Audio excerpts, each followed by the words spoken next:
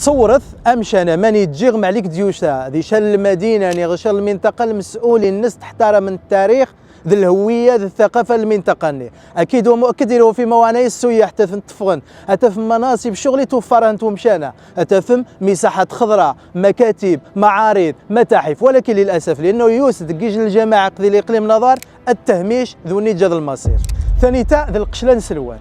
قصبة مولاي اسماعيل بنات المولى اسماعيل العلوي ذي القرن 17 تشهد التاريخ ذو مزروين المغرب ذا الريف وقعت ذي 16 الملاحم ذي المعارك ذي الوقت الصراع السلطه كذلك ملاحم جهاديه يخوضيث الشريف محمد مزيان كونترا ابو حماره ذو اسبانيو يعني التاريخ يمون دا ولكن